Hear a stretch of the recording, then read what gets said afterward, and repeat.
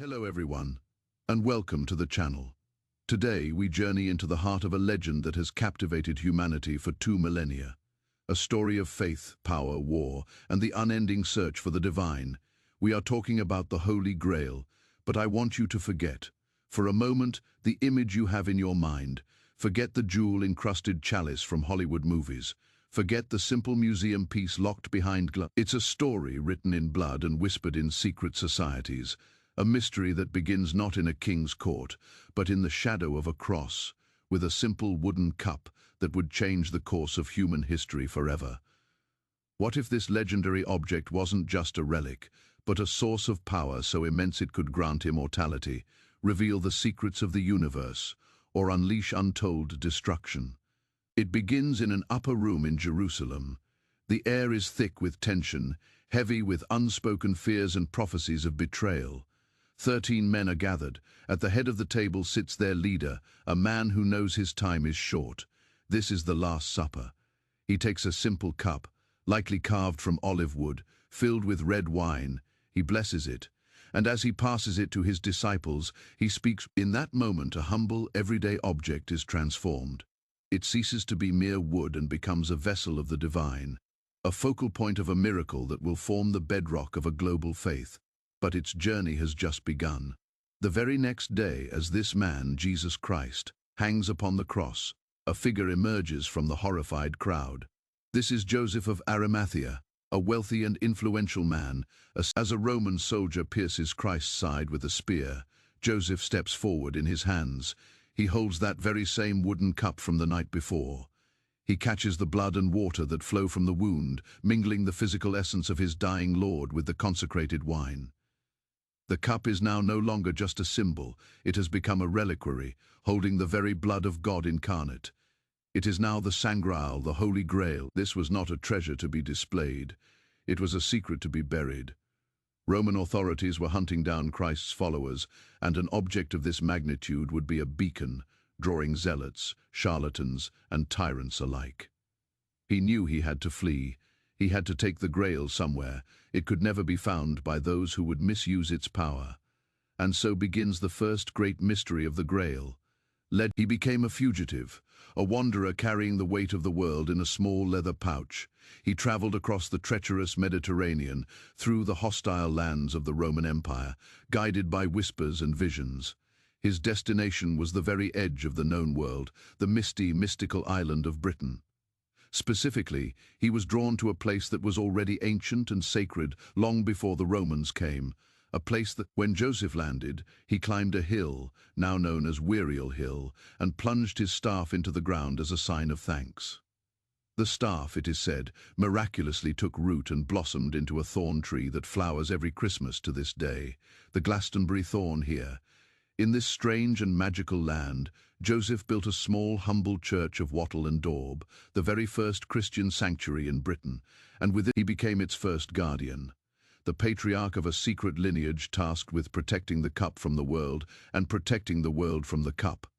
For centuries, the Grail lay dormant. Its story faded from history into myth, a fireside tale told on cold winter nights. Rome rose and fell. Empires were born and turned to dust. The memory of the cup was kept alive only by a handful of initiates. Its energy, its very existence, bleeds into the world around it, calling out to those pure enough or foolish enough to listen. 500 years after Joseph of Arimathea, Britain has fallen into a dark age. The light of civilization has flickered out. It is a land of warring kings, pagan superstitions, and brutal survival. Into this chaos steps a legendary figure, Arthur Pendragon. He pulls a sword from a stone and unites the fractured land, establishing a kingdom of justice and chivalry, Camelot. At the heart of Camelot is the Round Table, a fellowship of the greatest knights the world has ever known: Lancelot the Brave, Gawain the Courteous, Tristan the Sorrowful. They are the symbols of a new hope. But Arthur's kingdom, for all its glory, is built on a fragile foundation. Jealousy, ambition, and forbidden love fester just beneath the surface, particularly the tragic affair between his queen, Guinevere, and his best knight, Lancelot. The kingdom is sick, poisoned from within. A malaise spreads across the land, crops fail, people starve, and the hope of Camelot begins to die. It is then that the vision appears, at a feast of Pentecost, as the knights are gathered at the round table. A sunbeam, 7 times brighter than daylight, lances through the room, and floating in that beam of light is a vessel, covered by a cloth of white samite. It is the Holy Grail. No one sees it clearly, but they all feel its presence. A wave of peace and divine grace washes over them. Wounds are healed, hunger is sated, and then, as quickly as it came, it vanishes. Sir Gawain is the first. One by one, the other knights follow, making the same vow. 150 of the world's finest warriors prepare to ride out. Arthur is heartbroken. He knows this quest will be the undoing of his fellowship. He pleads with them, "You have sworn to right wrongs and protect the innocent. Now you chase a shadow, a spiritual quest for which most of you are not prepared." He knows this is no ordinary treasure hunt. The quest for the Holy Grail begins, and it shatters the round table. Knights who rode side by side now ride alone into a wilderness that is both physical and spiritual. They face monsters and magicians, but the true battles are fought within their own hearts against their own sins. Many die, many go mad, many simply give up, broken by the revelation of their own unworthiness. Lancelot, the greatest, his immense skill and courage get him to the very door of the Grail Chapel. He sees the sacred vessel through a doorway glowing with an otherworldly light. But when he tries to enter, an invisible force hurls him back. A voice thunders in his mind, "My sin and my wickedness have brought me unto this great unhappiness." He lies in a coma for 24 days, one for each year. He awakens a changed man, humbled and aware that his earthly glory means nothing in the eyes of God. The quest is not for him, so who can succeed? 3 knights emerge as the chosen ones: Sir Bors, the humble and steadfast warrior, who remains loyal to his faith and his friends despite terrible trials.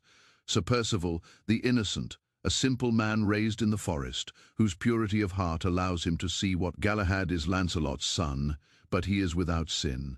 He was conceived through deception but raised in a nunnery, shielded from the world's corruption. He is the perfect knight, the one for whom the quest was always intended. His arrival at Camelot signaled the beginning of the end.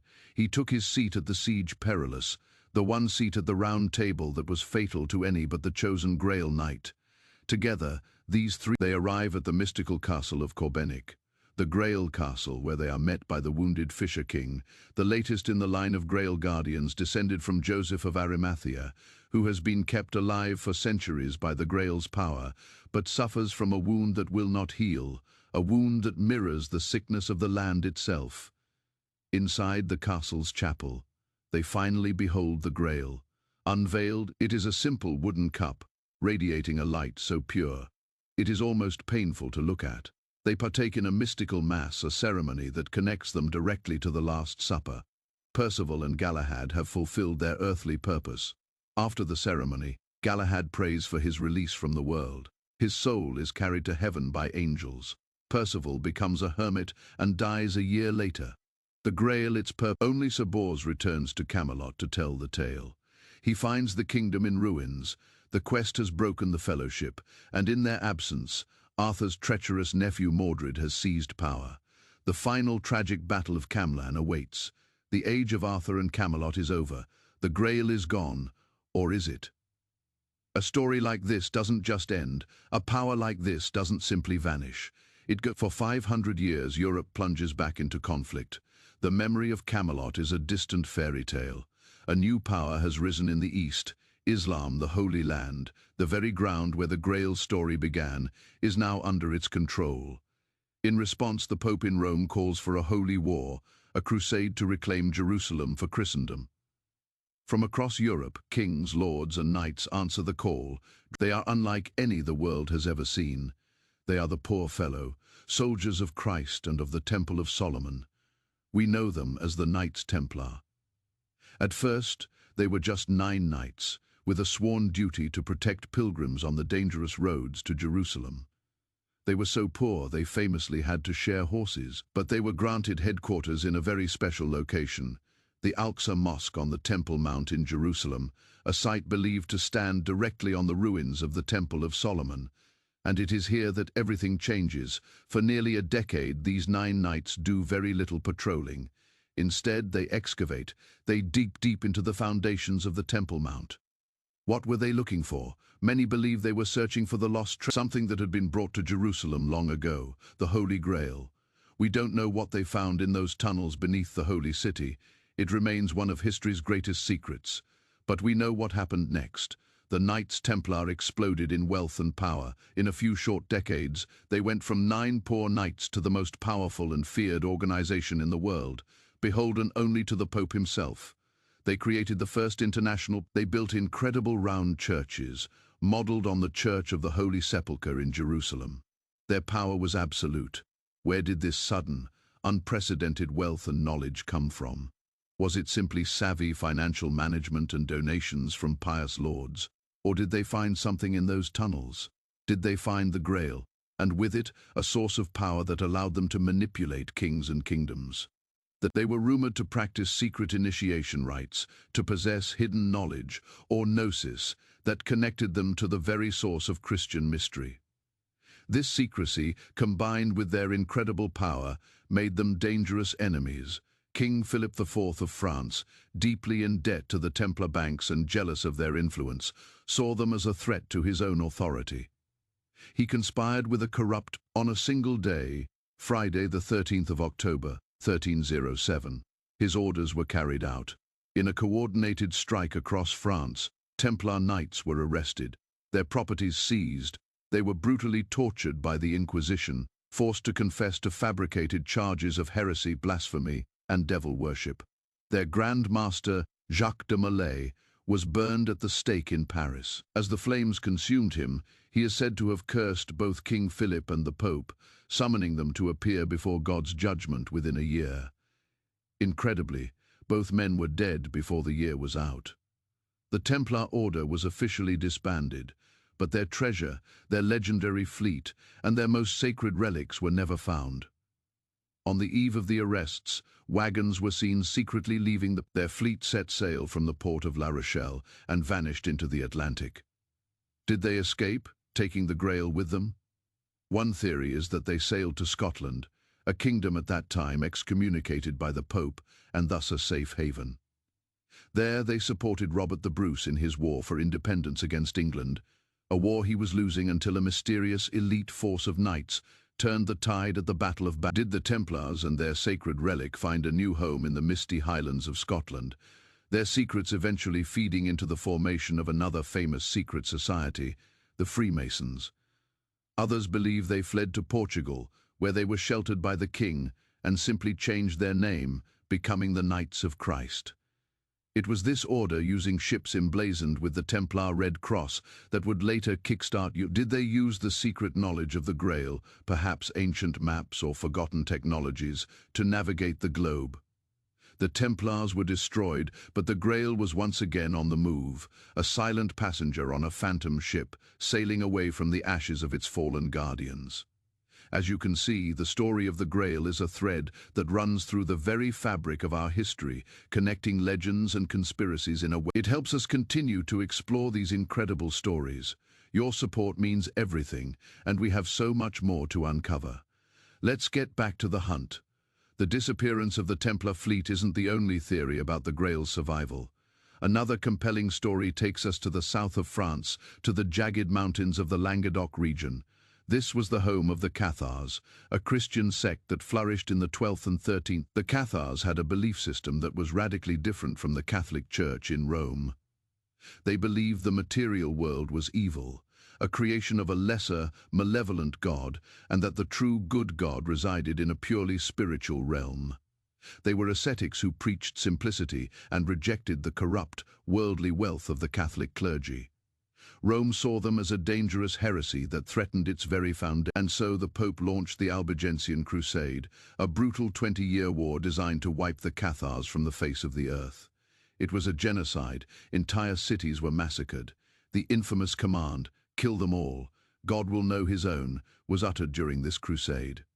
The last bastion of the Cathars was the remote, seemingly impregnable fortress of Mons, Fagapur, perched atop a sheer mountain peak. For legend says that on the night before the fortress finally fell, 4 Cathar parfaits, their highest initiates, were lowered down the treacherous cliff face on ropes. They carried with them the sacred Cathar treasure. The next day, the remaining 200 Cathars walked calmly out of the fortress and down to the field below, where they were burned alive en masse in a giant pyre, refusing to renounce their faith. The Crusaders searched the fortress and found nothing of monetary value. The Cathar secret had escaped. For centuries, people have speculated that their treasure was none other than the Holy Grail. The Cathars were believed to be spiritual descendants of an earlier Gnostic tradition, one that valued secret knowledge. To them, the Grail would not have been a symbol of the institutional church they despised, but a vessel of a direct connection to the divine, free from the corruption of priests and popes. It's a compelling idea, the Grail, a symbol of a purer form of Christianity, being rescued from the ashes of a holy war, spirited away into the mountains to be guarded by another secret lineage. The pattern repeats itself. Joseph of Arimathea, the Knights of the Round Table, the Templar. Time and again, the Grail finds guardians willing to die to protect it from a world that is not ready for its power. For several more centuries, the trail goes cold again. The Renaissance, the Reformation, the Age of Enlightenment, these were ages of reason and science, with little room for mystical quests. The Grail once again receded into the realm of poetry and art. But in the dark heart of the 20th century, the hunt was written. They were the architects of the most evil regime in human history. The Nazis, Heinrich Himmler, head of the SS and one of the most powerful men in the Third Reich, was obsessed with the occult. He believed that the so-called Aryan race was descended from a mythical, superhuman lineage, and he sought ancient artifacts that could prove his twisted theories and grant him supernatural power. He saw himself as the reincarnation of a 10th-century German king and refashioned the SS as a modern-day Teutonic order of knights. At the center of their castle headquarters in Weilsburg, he created a hall with a round table, a dark echo of Camelot. And the ultimate prize for Himmler's occult quest was the Holy Grail. He dispatched teams of SS archaeologists and historians across Europe. One of his top Grail hunters was a man named Otto Rahn, an author who had written a book linking the Grail to the Cathars at Mons Fagapur. Rahn was eventually coerced into joining the SS and continued his research under their banner, though he grew disillusioned and died under mysterious circumstances in the mountains. Why this obsession? The Nazis weren't seeking spiritual enlightenment. They believed the Grail could grant them invincibility, immortality for their leaders, and the power to dominate the world. Imagine the Holy Grail, the cup that held the blood of the Prince of Peace, in the hands of Heinrich Himmler. It's a chilling thought that transforms the Grail from a holy relic into a potential doomsday device. This modern, terrifying hunt forces us to confront the central question: what actually hid the power of the Holy Grail? It provides eternal youth and sustenance, as it did for the Fisher King. It heals the sick and raises the dead. It can strike down the unworthy like the force that repelled Lancelot. It reveals divine mysteries and offers a direct connection to God. But is this power literal, or is it metaphorical? This brings us to the greatest secret of all, the one that has been debated for centuries. In Old French, the term for the Holy Grail was Sang Grail. But what if the original term was Sang Real, 2 words, meaning royal blood? This is the explosive theory brought into the mainstream in recent decades. The idea that the vessel that carried the blood of Christ was not a cup, but a person, specifically the womb of Mary Magdalene. This theory proposes that Jesus and Mary Magdalene were married, and that after his death, she, like Joseph of Arimathea, fled Judea to escape persecution. She is said to have landed in the south of France, in a place that would later become the heartland of the Cathars and a stronghold of the Knights Templar. There she gave birth to a child who carried the bloodline of Jesus Christ. The Holy Grail in this interpretation is not an object to be found, but a secret a lineage of sacred kings and queens descended directly from Jesus, living hidden throughout the centuries. This would radically reframe the entire story. The Guardians, Joseph, the Templars, the Cathars, weren't protecting a cup. They were protecting a family, a secret that, if revealed, would shatter the very foundations of institutional Christianity. The idea of a married Jesus with children is, if this were true, the quest for the Grail becomes something else entirely. It is a search for a lost princess or a hidden king, a story that continues to this day, with secret societies like the Priory of Sion rumored to be the modern protectors of this royal bloodline. Other theories suggest the Grail is something else entirely. In some of the oldest German romances, like Wolfram von Eschenbach's Parsifal, the Grail, a magical stone called the Lapsit Exilis, which fell from the sky, from the crown of Lucifer during the war in heaven. It has the power to sustain life indefinitely, and is guarded by a neutral host of angels, who took no side in that celestial conflict. Yet another interpretation sees the Grail as a book, a lost gospel containing the true, secret teachings of Jesus, teachings that were suppressed by the early church. The cup of the Last Supper, the bloodline of Christ, a celestial stone, a book of forgotten wisdom. The truth is, we don't know, and perhaps we are not meant to. After 2,000 years of quests, crusades, and conspiracies, the Grail remains as elusive as ever. Its physical form is almost irrelevant. Its true power may not lie in what it is, but in what it For the pure knight Galahad, it was the ultimate spiritual union with God. For the sinful Lancelot, it was a painful reminder of his own failures. For the power-hungry Himmler, it was the ultimate weapon. For the scholar, it is the ultimate historical mystery. It forces us to ask, what do we seek? What is our quest? In our modern world, we may not be searching for a physical cup. The land is sick, and we are all wounded fisher kings waiting for something or someone to make us whole again. The legend of the Holy Grail teaches us that the cure is not found through power, wealth, or strength of arms. It is found through humility, compassion, and purity of heart. It is found by asking the right question. In the legends, the knight Percival initially fails his quest because he sees the suffering of the Fisher King, but, having been taught